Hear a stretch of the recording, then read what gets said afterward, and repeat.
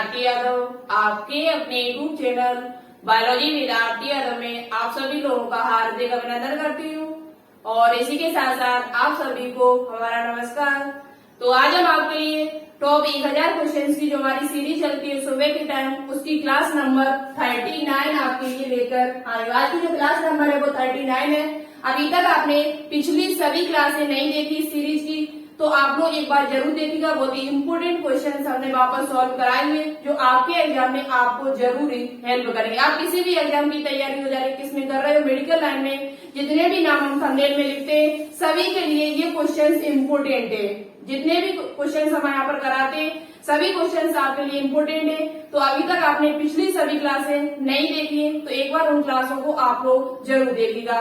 Okay, तो आज की जो क्लास नंबर है वो 39 है। आज की क्लास में आपको बॉटनी और जियोलॉजी दोनों के ही क्वेश्चंस देखने को मिलेंगे और बहुत ही इंपोर्टेंट क्वेश्चंस आज की क्लास में हम लेकर आए जो आपके एग्जाम में आपको देखने को भी मिल सकते हैं। तो चलिए आज की क्लास को स्टार्ट करते हैं टाइम न वेस्ट करते हुए। एक बात आपसे ओनली बोलना चाहती हूँ कि अभी यदि आप हमारे चैनल से जुड़े हुए हो, न्यू जुड़े हुए हो तो प्लीज इस चैनल को सब्सक्राइब जरूर कर लें। ज्यादा से ज्यादा अपने दोस्तों के साथ शेयर करें। क्वेश्चन अच्छे लगे, पसंद आए, कुछ सीखने को नया मिले तो प्लीज इस वीडियो को लाइक करना बिल्कुल भी मत भूलिएगा। लाइक करना आप लोग भूल जाते हो। लाइक का आपके पास आपसे पैसा नहीं लगता, न लाइक का लगता है, न शेयर का, न सब्सक्राइब का। फ्री में होता है और फ्री में आपको कोई चीज मिल रही है तो उसकी थोड़ा बहुत कदर किया करो। आपका फर्ज बनता है कि इस क्लास को ज्यादा से ज्यादा शेयर करना, लाइक करना और जो भी स्टूडेंट्स न्यू जुड़ रहे हो वो इस चैनल को सब्सक्राइब कर लें क्योंकि फ्री में आपको कंटेंट दिया जा रहा है। कोई आपके लिए इतनी मेहनत कर रहा है तो आपका थोड़ा बहुत तो फर्ज बनता ही है। ठीक है, तो वीडियो को लाइक करें, शेयर करें और अभी तक चैनल को सब्सक्राइब न किया तो कर लीजिएगा। बहुत ही इंपोर्टेंट क्वेश्चन हमारे इस चैनल पर आपके लिए कराए जा रहे हैं जो आपके एग्जाम में जरूरी हेल्प करेंगे। तो चलिए बात करते हैं क्वेश्चन नंबर 679। आज का जो क्वेश्चन नंबर है वो 679 है। 678 क्वेश्चन हम आपको करा चुके हैं। 679 क्वेश्चन ये हमने आपको होमवर्क में दिया हुआ था। किसमें दिया था? होमवर्क में। और ये क्लास आपको 7:30 से 9 बजे के बीच में मिल जाती है। तो ये टाइम हम ऐसा क्यों बोलते हैं, एक टाइम क्यों नहीं कहा मैंने? देखो ऐसा होता है पहले तो हम ये वीडियो पहले से बना के रख लेते, एक दिन पहले ये वीडियो बना के रख लेते तब दूसरे दिन अपलोड करते हैं। और एक वीडियो बनाने में जैसे जिस दिन हम शाम के टाइम वीडियो नहीं बना पाती हूँ किसी कारणवश तो ये वीडियो मुझे सुबह बनानी पड़ती है। तो सुबह जब बनाते हैं तो कम से कम 2-2.5 घंटे 3 एक वीडियो को बनाने में लगता है। एक वीडियो को बनाने में 3 घंटे का टाइम लगता है तब एक वीडियो कहीं बन के तैयार हो पाती है। इसलिए हम आपसे कह देती हूँ ये वीडियो आपको 7:30 बजे से 9 बजे के बीच में मिल जाएगी। ओके, और एक शाम को क्लास चलती है उसे भी देखा कीजिए। तो देखो इस क्वेश्चन का आंसर जिन स्टूडेंट ने दिया है ओनली शायद 2 स्टूडेंट ने एक ने दिया है, उनके नाम हम स्क्रीन पर लगा देंगे, आप लोग देख लेना। ठीक है, बाकी के स्टूडेंट ने आंसर नहीं दिया क्योंकि आप लोग पता नहीं क्लास कंप्लीट नहीं लेते हो या आंसर देते नहीं हो। आंसर जरूर दे दिया करो, ज्यादा नहीं लिखा ना करो तो केवल बोल दिया करो ऑप्शन बी राइट है या सी राइट है, ये तो कह दिया करो कम से कम। ठीक है, तो क्वेश्चन क्या था कि निम्न में से स्टेंसन की नलिका और वार्टन की नलिका किससे संबंधित है? स्टेंसन की नलिका और वार्टन की नलिका किससे संबंधित है? आमाशय से, लाल ग्रंथियों से, यकृत से या आंत से? तो देखो स्टेंसन की नलिका और वार्टन की जो नलिका होती है वो लाल ग्रंथियों से संबंधित है। जिन्होंने आंसर दिया है उनके नाम हम स्क्रीन पर लगा देंगे। ठीक है, अब बात करते हैं कि ये पता चल गया। अब बात करते हैं कि लाल ग्रंथियों से संबंधित है। अब कौन सी लाल ग्रंथि? देखो लाल ग्रंथियां तो 3 होती, लाल ग्रंथियां जो होती है वो 3 होती है, आदोजिह्वा, आदोवन और कर्णपूर ग्रंथियां। तो देखो ये स्टेंसन की जो नलिका होती है वो आपकी किससे संबंधित है? तो स्टेंसन की नलिका जो आपकी है वो कर्णपूर्व ग्रंथि जो कान के नीचे पाई जाती है, कर्णपूर्व ग्रंथि। कर्णपूर्व ग्रंथि जो होती है उसमें उसके द्वारा जो भी लाल स्रावित की जाती है वो आपकी स्टेंसन की नलिका के द्वारा मुख गुहिका में आती है। किसमें आती है? मुख गुहिका, माउथ कैविटी। जो कर्णपूर्व ग्रंथियां होती है हमारे जो कान के नीचे दृष्ट होती है तो इनके द्वारा जो भी स्रावित किया जाता है, जो भी लाल स्रावित की जाती है वो क्या, जो भी पदार्थ स्रावित किया जाता है वो स्टेंसन की नलिका के द्वारा मुख गुहिका में खुलता है। किसमें खुलता है? मुख गुहिका में। किसके द्वारा? स्टेंसन की नलिका के द्वारा। अब बात करते हैं कि वार्टन की नलिका कहाँ पाई जाती है, किस ग्रंथि से संबंधित है? क्योंकि ग्रंथि तो तीन है, कर्णपुर, अधोजिह्वा, अधोहनु। तो अब बात करते हैं बार्टन की नलिका किससे संबंधित है। तो बार्टन की जो नलिका होती है वो अधोहनु ग्रंथि से संबंधित है। किससे संबंधित है? अधोहनु, अधोहनु, अधोहनु ग्रंथि से संबंधित है। अधोहनु ग्रंथि से जो भी पदार्थ स्रावित होगा वो बार्टन की नलिका के द्वारा मुख गुहिका में छोड़ दिया जाता है, यानी माउथ कैविटी में छोड़ दिया जाता है। एक ग्रंथि और आपकी है अधोजिह्वा। अधोजिह्वा में जो नलिका पाई जाती है वो उसे कहते हैं बार्थोनिन नलिका। क्या कहते हैं? रिमनिस की नलिका या बार्थोनिन नलिका के नाम से उसे जाना जाता है। तो उस नलिका का नाम क्या है? तो बार्थोनिन, बार्थोनिन, बार्थोनिन या कह सकते हैं रिमनिस की नलिका। रिमनिस की नलिका जो होती है वो अधोजिह्वा ग्रंथि के द्वारा जो भी पदार्थ स्रावित किया जाता है वो आपके बार्थोनिन या रिमनिस नलिका के द्वारा मुख गुहिका में छोड़ दिया जाता है। तो यहाँ से आपके 3 क्वेश्चन तैयार होते हैं। एक्सटेंशन की नलिका, बार्टन की नलिका और बार्थोनिन जो नलिका होती है ये आपकी लाल ग्रंथियों से संबंधित। लाल ग्रंथियां कितनी होती है? तो लाल ग्रंथियां जो होती है वो 3 जोड़ी होती है। कितनी जोड़ी होती है? 3 जोड़ी। 3 जोड़ी होती है, एक इधर एक इधर, 3 जोड़ी होती है। और ये कितनी होती है? तो एक कर्णपुर ग्रंथि, एक अधोहनु, एक आपकी होती है अधोजिह्वा। अधोजिह्वा जो जीभ के नीचे होती है। तो इस प्रकार से आपका ये क्वेश्चन फिनिश होता है और जो भी इम्पोर्टेंट पॉइंट थे हमने आपको सभी बताने की कोशिश की है। तो ऑप्शन नंबर जो बी होगा वो इस क्वेश्चन का राइट आंसर होगा। बात करते हैं क्वेश्चन नंबर 680। निम्न में से जीवाश्म ईंधन किससे प्राप्त होता है? निम्न में से जीवाश्म ईंधन किससे प्राप्त होता है? फॉस्फरस जो फ्यूल होते हैं वो किससे प्राप्त होते हैं? कवक से, टेरिडोफाइट से, नाइकेन से या आवृत बीजी से? तो देखो जो जीवाश्म ईंधन होते हैं वो आपके टेरिडोफाइट से प्राप्त होते हैं। पादप तलक के अंतर्गत एक समूह आता है टेरिडोफाइट। टेरिडोफाइटा के अंदर जो पादप आते हैं उनसे आपका जीवाश्म ईंधन प्राप्त होता है। कौन सा ईंधन प्राप्त होता है?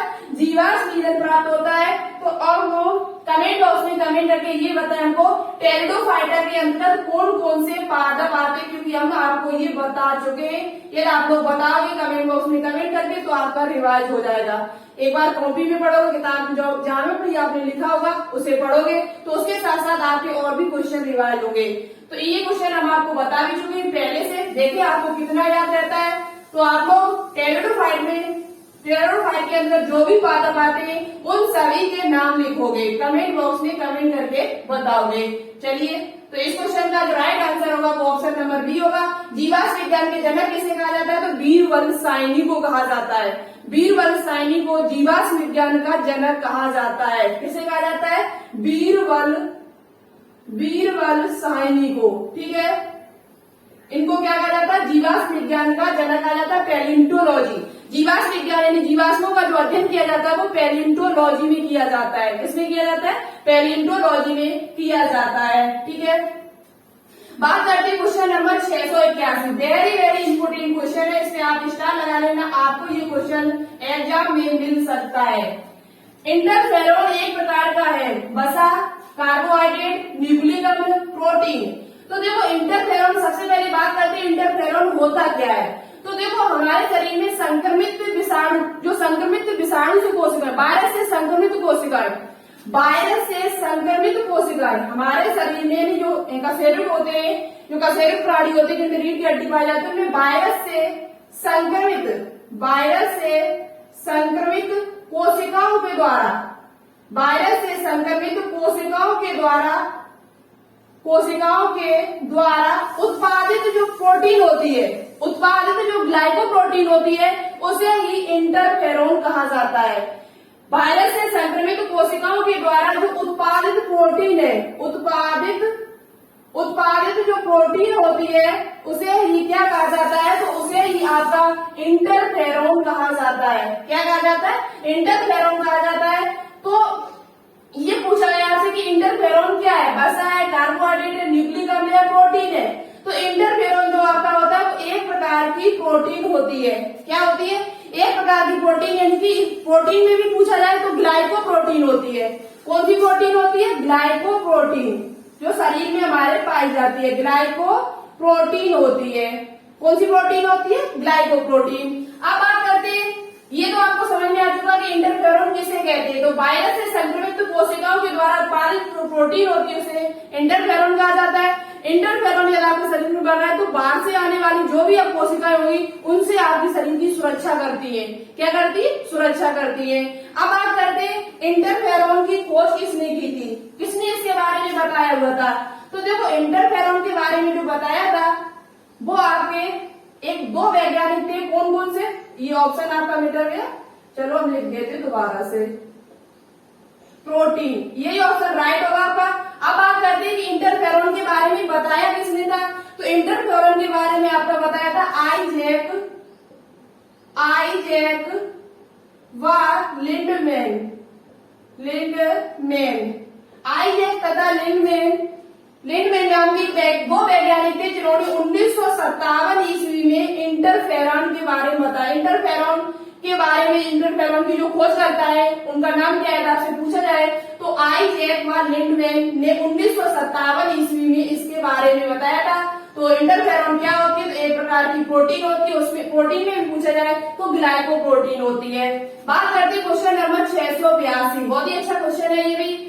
माइटोकॉन्ड्रिया में कौन सा एंजाइम श्वसन श्रृंखला का एक घटक है? एनसीईआरटी क्वेश्चन है। जो आज के जो ज्यादा से ज्यादा क्वेश्चन है वो एनसीईआरटी क्वेश्चन है, ठीक है। माइटोकॉन्ड्रिया में कौन सा एंजाइम श्वसन श्रृंखला का एक घटक है? ऑक्सीडोरिडेज, लाइगेज, प्रोटियोजेज या साइटोक्रोम सी। तो देखो माइटोकॉन्ड्रिया में जो एंजाइम होता है श्वसन श्रृंखला का एक घटक है। किसका? श्वसन श्रृंखला या चेन का एक घटक इनमें से कौन सा है? तो वो आपका साइटोक्रोम सी होता है। कौन सा होता है? साइटोक्रोम सी होता है। तो ऑप्शन नंबर जो डी होगा वो इस क्वेश्चन का राइट आंसर होगा। क्या होता है? Cytochrome C. बात करते क्वेश्चन नंबर 683, पोषवाह मृदूतक अनुपस्थित होता है। पोषवाह यानी कि फ्लोएम, पोषवाह का मतलब क्या होता है? फ्लोएम। और पोषवाह मृदूतक जो होता है वो आपकी क्या है? एक प्रकार की फ्लोएम में फ्लोएम ऊतक जो होता है वो उसमें 4 प्रकार की कोशिकाएं पाई जाती है। चार्ली नलिका होती है, पोषवाह मृदूतक होता है, पेरेन्काइमा फ्लोएम होता है। तो पोषवाह मृदूतक अनुपस्थित होता है किसमें? एक बीजपत्री तने में, द्विबीजपत्री तने में या द्विबीजपत्री जड़ में या एक बीजपत्री जड़ में। तो देखो जो पोषवाह मृदूतक होता है वो आपका एक बीजपत्री तने में अनुपस्थित होता है। किसमें अनुपस्थित होता है?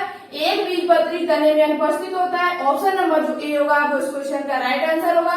पोषवाह मृदूतक जो होता है वो एक बीजपत्री तने में अनुपस्थित होता है जबकि बाकी में पाया जाता है। तो ऑप्शन नंबर जो ए होगा वो इस क्वेश्चन का राइट आंसर होगा, ठीक है। तो बात करते हैं आगे के क्वेश्चन पर, क्वेश्चन नंबर 684, ठीक है।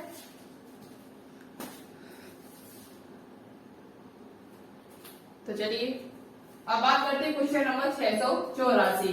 क्वेश्चन नंबर 684 हमारा, फेफड़ों की कूपिकाएं कभी खाली नहीं रहती है, कितनी मात्रा में कार्यात्मक अवशेष वायु इनमें सदैव भरी रहती है। यानी फेफड़ों की जो कूपिकाएं होती है जिन्हें वायु कोश कहते हैं, एल्वुलाई कहा जाता है। क्वेश्चन आपसे पूछा जा सकता है एग्जाम में कि फेफड़ों की सबसे छोटी इकाई क्या, फेफड़ों की सबसे छोटी इकाई को क्या कहा जाता है? तो फेफड़ों की जो सबसे छोटी इकाई होती है वो आपकी क्या होती है? कूपिका होती है, जो आपने अंगूर के गुच्छों की तरह देखी होगी। जो फेफड़ा हमारे होते हैं उनमें अंगूर के गुच्छों की तरह समान एक संरचना पाई जाती है। किसमें? फेफड़ों में। तो उनको कहा जाता है वायु कोश, जिनमें वायु भरी होती है। और फेफड़ों की सबसे छोटी इकाई यदि पूछी जाए तो आप क्या बताओगे? एल्वुलाई, जिसे हिंदी में कहा जाता है वायु कोश, ठीक है। तो ये फेफड़ों की सबसे छोटी इकाई होती है, लंग्स जिसे कहा जाता है। और बात करते हैं कि फेफड़ों की कूपिकाएं कभी खाली नहीं रहती है, कितनी मात्रा में कार्यात्मक अवशेष वायु इनमें सदैव भरी रहती है। सदैव वायु इनमें भरी रहती है, कितनी भरी रहती है वो आपकी? 350 ml, 3000 ml या 2300 ml या 100 ml। तो देखो अच्छे से याद कर लेना, जो हमेशा वायु हमारे फेफड़ों में जो भरी रहती है हमारी कूपिका या वायु कोश में, वो आपकी 2300 ml होती है। 2300 से लेकर 2500 भी ऑप्शन में मिल सकता था आपसे। लगभग 2.5 लीटर वायु हमारे कूपिकाओं में हमेशा भरी रहती है। कितनी? 2.5 लीटर। 2.5 लीटर वायु हमेशा भरी रहती है। और ये कूपिकाओं के यही आपका जो कूपिकाएं होती है, वायु कोश होती है, यही मेन है, यही ऑक्सीजन और O2 का आदान प्रदान विनिमय करती है, एक्सचेंज करती है। मेन जो लास्ट जो पॉइंट है आपका फेफड़ों का, वो आपका वायु कोश ही होता है, यहीं पर आपकी वायु भरी होती है। तो जब भी जरूरत पड़ती है तो यहीं से आना जाना होता है। तो लगभग कितनी 2300 ml भरी होती है, कितनी 2300 ml 2300 मिलीलीटर भरी होती है, कह सकते हो 2 किलो 300 ग्राम, ठीक है, 2 किलो 300 ग्राम। तो ऑप्शन नंबर जो सी होगा वो इस क्वेश्चन का राइट आंसर होगा। ये क्वेश्चन जो हमने आपको पहले बताया वो याद कर लेना। फेफड़ों की सबसे छोटी इकाई को क्या कहा जाता है, तो एल्वुलाई या वायु कोश या कूपिकाएं कहा जाता है, जहाँ पर हमारी वायु भरी रहती है हमेशा के लिए, हमेशा मतलब सदैव भरी रहती है। बात करते हैं क्वेश्चन नंबर 685। श्वसन गतियों में वायु के आयतन का आकलन किसके द्वारा किया जाता है? श्वसन गतियों में वायु के आयतन का आकलन किसके द्वारा किया जाता है? स्टेथोस्कोप के द्वारा, हाइग्रोमीटर के द्वारा, स्पेक्ट्रोमीटर के द्वारा या स्पाइरोमीटर के द्वारा। तो देखो ये हम चारों आपको मीटर बता देते हैं। स्टेथोस्कोप का प्रयोग कहा गया था आंतरिक आवाज को सुने, दिल की धड़कन आपने डॉक्टर के पास देखा होगा, वो डाले रहते गले में, वो आपका क्या होता है? स्टेथोस्कोप होता है। उसके बारे में तो आपको पता होगा क्योंकि आप डॉक्टर बनना चाहते हैं सभी लोग, तो ये तो बात आपको पहले से पता होगी, ठीक है। तो वो गले में जो डाले होते हैं वो क्या होता है? स्टेथोस्कोप होता है। और उसका काम क्या होता है? दिल की धड़कन यानी आंतरिक आवाज को सुनने के लिए उसका प्रयोग किया जाता है, इसका स्टेथोस्कोप का। हाइग्रोमीटर क्या होता है? तो वायुमंडल की वातावरण की आर्द्रता नापने के लिए, किसकी? वातावरण की आर्द्रता नापने के लिए किसका प्रयोग किया जाता है? तो वातावरण की जो आर्द्रता होती है, क्या आर्द्रता यानी नमी, वातावरण की जो आर्द्रता है वो नापने के लिए किसका प्रयोग किया जाता है? तो वो आपका हाइग्रोमीटर का प्रयोग किया जाता है। बात करते हैं स्पेक्ट्रोमीटर का प्रयोग कहाँ किया जाता है? तो स्पेक्ट्रोमीटर का जो प्रयोग किया जाता है वो रक्तचाप नापने के लिए, रक्तचाप नापने के लिए, ब्लड प्रेशर नापने के लिए किया जाता है। जो बीपी नापी जाती है वो किससे नापी जाती है? स्पेक्ट्रोमीटर, स्पेक्ट्रोमीटर से नापी जाती है। ब्लड प्रेशर जो हमारा नापा जाता है, कितनी बीपी हाई कितनी लो है, ये आपकी इससे नापी जाती है। बचा हुआ ऑप्शन नंबर जो डी है स्पाइरोमीटर, इसका ही प्रयोग आपका किया जाता है किसमें? श्वसन गतियों में वायु के आयतन को, वॉल्यूम, जो वायु का जो वॉल्यूम है जो नापा जाएगा वो किससे नापा जाएगा? वो आपका स्पाइरोमीटर से मापा जाएगा। बहुत ही इंपोर्टेंट क्वेश्चन है, स्टार लगा लेना। और ये चारों हमने आपको बताया, स्टेथोस्कोप आंतरिक आवाज सुनने के लिए, हाइग्रोमीटर है वो वातावरण की आर्द्रता मापने के लिए, स्पेक्ट्रोमीटर रक्तचाप नापने के लिए, जबकि स्पाइरोमीटर का प्रयोग आपका वायु के आयतन को मापने के लिए किया जाता है। ऑप्शन नंबर जो डी होगा वो इस क्वेश्चन का राइट आंसर होगा। बात करते हैं क्वेश्चन नंबर 686, बॉडी का क्वेश्चन है। द्विबीजपत्री तने के मध्य या केंद्रीय भाग को क्या कहते हैं? द्विबीजपत्री तने के मध्य भाग, द्विबीजपत्री जो होते हैं उनके तने के मध्य भाग को क्या कहा जाता है? कोई जैसे ये तना है, ये तना है, तो इसके मध्य वाले भाग को क्या कहा जाएगा? मध्य भाग को क्या कहा जाएगा? मज्जा कहते हैं, भरणोत्तक कहते हैं, भातुचा कहते हैं, या इनमें से कोई नहीं? तो देखो द्विबीजपत्री तने के जो मध्य भाग या केंद्रीय भाग होता है उसे क्या कहा जाता है? केंद्रीय भाग को क्या कहा जाएगा? तो उसे मज्जा कहते हैं, मेरो, क्या कहते हैं? मज्जा। ऑप्शन नंबर जो ए होगा वो इस क्वेश्चन का राइट आंसर होगा। द्विबीजपत्री क्या होते हैं? तो जिनके ऐसा बीज जिनके दो बीजपत्र किए जा सके, जिनमें दो बीजपत्र यानी ऐसे बीज जिनमें दो बीजपत्र निकाले जा सकते हैं उन्हें क्या कहा जाता है? द्विबीजपत्री कहा जाता है। जैसे कि चना आपका द्विबीजपत्री है, ठीक है। जितनी भी दालें होती है वो सभी आपकी द्विबीजपत्री होती है। तो द्विबीजपत्री तने के मध्य या केंद्रीय भाग को क्या कहते हैं? तो मज्जा कहा जाता है। बात करते हैं क्वेश्चन नंबर 687, राइजोपस पोषण के आधार पर क्या है? राइजोपस क्या है? पहली बात करते हैं तो राइजोपस एक प्रकार का कवक है। राइजोपस जो होता है वो एक प्रकार का कवक है जिसे काली फफूंदी के नाम से जाना जाता है। किसे नाम है? ब्लैक मोल्ड के नाम से जाना जाता है। ब्लैक मोल्ड के नाम से जाना जाता है, यानी काली फफूंदी के नाम से। काली फफूंदी के नाम हमने आपको बताए थे क्लास में, जब हमने कवक आपको फंजाई जब आपको पढ़ाया था तो सभी के नाम बहुत ही डिटेल से ये टॉपिक हमने आपको पढ़ाया हुआ है। अभी तक आपने नहीं देखा है तो एक बार आप लोग जरूर देखिएगा। कवक से एग्जाम में क्वेश्चन पूछे जाते हैं। तो डिटेल से हमने आपको बहुत ही अच्छी तरीके से ये टॉपिक फिनिश करा चुकी हूँ मैं। तो एक बार उस क्लास को आप लोग जरूर देखें, कवर क्या होते हैं, कैसे होते हैं, सभी डिटेल से हमने वहां पर आपको बताया हुआ है। तो राइजोपस जो होता है वो एक प्रकार की काली फफूंदी है, मालकेला वो भी आपकी काली फफूंदी है। तो राइजोपस पोषण के आधार पर क्या होते हैं, तो ये पूर्ण मृतोपजीवी होते हैं, यानी कि मृत जीव होते हैं उनसे अपना ये भोजन प्राप्त करते हैं। तो कैसे होते हैं, वो भी पूर्ण है, अपूर्ण भी नहीं है। कैसे है, पूर्ण मृतोपजीवी, मरे हुए जीवों से ये मतलब उन पर निर्भर रहते हैं, उनसे ये अपना भोजन प्राप्त करते हैं। तो राइजोपस पोषण के आधार पर कैसे होते हैं, पूर्ण मृतोपजीवी होते हैं। ऑप्शन नंबर जो डी होगा वो इस क्वेश्चन का राइट आंसर होगा। बात करते हैं question number 688, very very important question है ये क्वेश्चन एग्जाम में पूछा ही जाता है हमेशा, कहीं न कहीं एग्जाम में आपसे पूछा जा सकता है आने वाले एग्जाम में। क्वेश्चन क्या है, वसा का श्वसन गुणांक भागफल कितना होता है। श्वसन गुणांक भागफल यानी कि आरक्यू कह सकते हो, इसे आरक्यू कहा जाता है, रेस्पिरेटरी क्वेटेंट, रेस्पिरेटरी क्वेटेंट इसे कहा जाता है, शॉर्ट में इसे कहा जाता है आरक्यू। क्या कहा जाता है, आरक्यू। तो बात करते हैं वसा का श्वसन गुणांक कितना होता है। तो देखो वसा का जो श्वसन गुणांक होता है वो आपका है, आप स्क्रीनशॉट लेना चाहते हो तो स्क्रीनशॉट ले लेना, नहीं तो हम इधर लिख रहे, चलो इधर लिख देते हैं। ओके, तो देखो वसा का जो श्वसन गुणांक होता है वो आपका 0.7 होता है। कितना होता है, 0.7 जो होता है वो वसा का श्वसन गुणांक होता है, यानी कह सकते हैं 1 से कम होता है। ऑप्शन में आपको इस प्रकार से भी दे सकता है, 1 से कम, 1 से अधिक, या इनमें से कोई नहीं। तो 1 से कम होता है, कैसा होता है, 1 से कम होता है। ये क्वेश्चन एग्जाम में हमेशा किसी न किसी एग्जाम में पूछा ही जाता है। तो कैसा होता है, 1 से कम होता है किसका, वसा का श्वसन गुणांक। श्वसन गुणांक क्या होता है, तो आपको पता है CO2 का मुक्त होना, CO2 का विमोचित होना और O2 का अवशोषण होना। O2 का मतलब O2 हम ग्रहण करते हैं और CO2 बाहर निकालते हैं, तो CO2 का विमोचन, O2 का अवशोषण होना क्या कहलाता है, श्वसन गुणांक कहलाता है। क्या कहलाता है, श्वसन गुणांक, आरक्यू। अब बात करते हैं प्रोटीन का कितना होता है।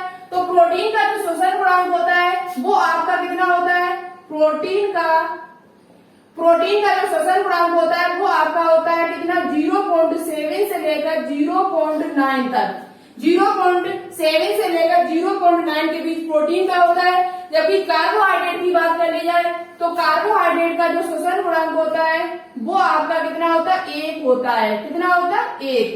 ठीक है, कार्बोहाइड्रेट का 1 होता है, प्रोटीन का 0.7 से 0.9 होता है, जबकि वसा का जो होता है वो 0.7 होता है। आप निकाल भी सकते हो, आप इनको निकाल भी सकते हो, ये निकल के आपके आएंगे। बात करते हैं एक और आपका है कार्बोक्सिलिक अम्ल।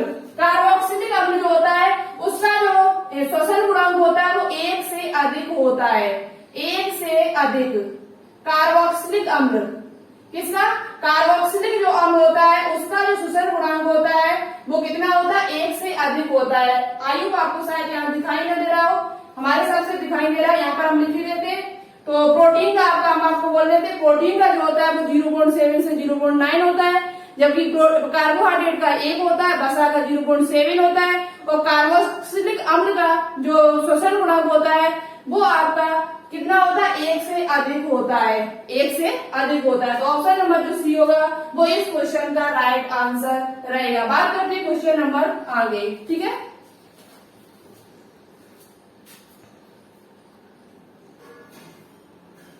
तो देखिए क्वेश्चन नंबर 689 क्वेश्चन आज का हमारा है कि बात स्थिति जिसे कहा जाता है एम्फीसियर एक प्रकार का रोग होता है जो श्वसन संबंधी विकार है। कैसा संबंधी विकार आपसे पूछा जा सकता है। बात स्फीति होता है वो किससे संबंधित है, कौन सा विकार है, श्वसन संबंधी है या पाचन संबंधी है, तंत्र संबंधी।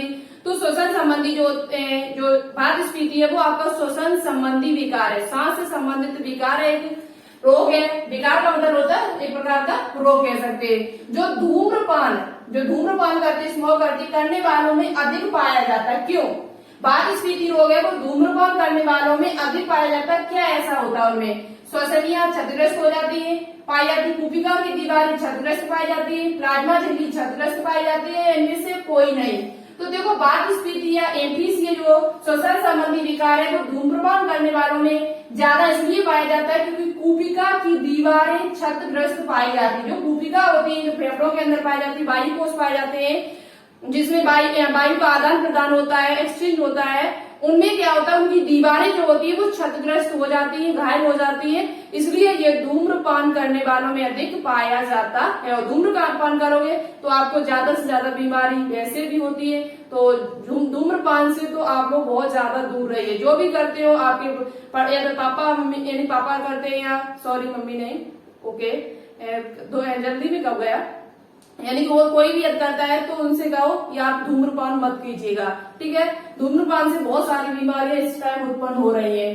तो देखो धूम्रपान करने वालों में अधिक पाया जाता है। तो ये क्या होता है, पुपिका की दीवारें क्षतिग्रस्त पाई जाती है। पुपिका की जो दीवारें होती है वो कैसी होती है, क्षतिग्रस्त पाई जाती है, इसलिए इनमें ज्यादा ही रोग होता है। आप सिर्फ इतना याद कर लेना कि बाद स्फीति रोग किससे संबंधित है। एक पॉइंट ये जरूर याद कर लेना, बाद स्फीति जो रोग है वो श्वसन संबंधी रोग है। कैसा रोग है, श्वसन संबंधी रोग है। तो ऑप्शन नंबर जो बी होगा वो राइट आंसर होगा। बात करते क्वेश्चन नंबर 690। इस क्वेश्चन का आंसर आपको कमेंट बॉक्स में कमेंट करके बताना होगा। श्वेत कीट रोग होता है एल्बुगो कैंडिडा, पक्सिनिया से, ओस्ट्रेगो या फाइटोफिथोरा से। और इन सभी के बारे में भी हम आपको बता चुके हैं, कोशिश करना इन सभी के बारे में आप लोग बताना एक पॉइंट है। पक्सिनिया से क्या होता है, ओस्ट्रेगो से क्या होता है, फाइटोफिथोरा से क्या उत्पन्न होता है, एक पॉइंट सभी के बारे में जरूर बताना। और ज्यादा इतना ना हो सके तो इतना तो बता ही देना कि श्वेत कीट रोग किससे होता है, श्वेत कीट रोग किससे होता है और ये किस कुल के पादपों से संबंधित है। ये क्वेश्चन आपके नीट AIMPMD में पूछा हुआ क्वेश्चन है, ठीक है। तो ये क्वेश्चन का आंसर आप लोग जरूर बताएं और ये किस कुल से संबंधित है, किस कुल के पादपों में ये रोग पाया जाता है। इस क्वेश्चन का आंसर आप लोग कमेंट बॉक्स में कमेंट करके जरूर बताएं। जो भी स्टूडेंट इसका राइट आंसर देगा उनके नाम हम स्क्रीन पर दिखाएंगे कल, ठीक है। और आज हमारे 690 क्वेश्चन हुए, कल आपके 700 क्वेश्चन इस सीरीज के कंप्लीट हो जाएंगे। बचे हुए 300 क्वेश्चन बहुत ही जल्द हम आपको सॉल्व करा दूंगी। आगे के क्वेश्चन बहुत ही इंपोर्टेंट क्वेश्चन आपको मिलेंगे, NCERT बेस्ड क्वेश्चन होंगे कुछ। तो आज की क्लास आपको कैसी लगी कमेंट बॉक्स में कमेंट करके जरूर बताएं। क्लास को ज्यादा से ज्यादा शेयर करें, लाइक करें और चैनल को अभी तक आपने सब्सक्राइब न किया हो तो प्लीज एक बार सब्सक्राइब जरूर कर लें और वीडियो को थोड़ा शेयर जरूर कर दिया करो, जिससे आपका इसमें भला होगा, आपका भला होगा, साथ ही साथ मेरा भी भला होगा। तो प्लीज आप लोगों से रिक्वेस्ट है 1000 सब्सक्राइब आप लोग जल्द से जल्द करा लीजिए। कैसे स्टूडेंट हो जो आपने 1000 सब्सक्राइब नहीं 2 दिन में करा पाए, थोड़ा थोड़ा शेयर कर दोगे तब भी 1000 हो जाएंगे। तो देखते हैं आज कौन कितना शेयर करता है और कितने आज शाम तक सब्सक्राइब हमारे बढ़ते हैं और शाम की क्लास आपको मिलेगी, ठीक है। तो चलिए आज के लिए इतना ही रखते हैं, नेक्स्ट वीडियो के लिए तैयार है। ओके, थैंक्स, जय हिंद, जय भारत।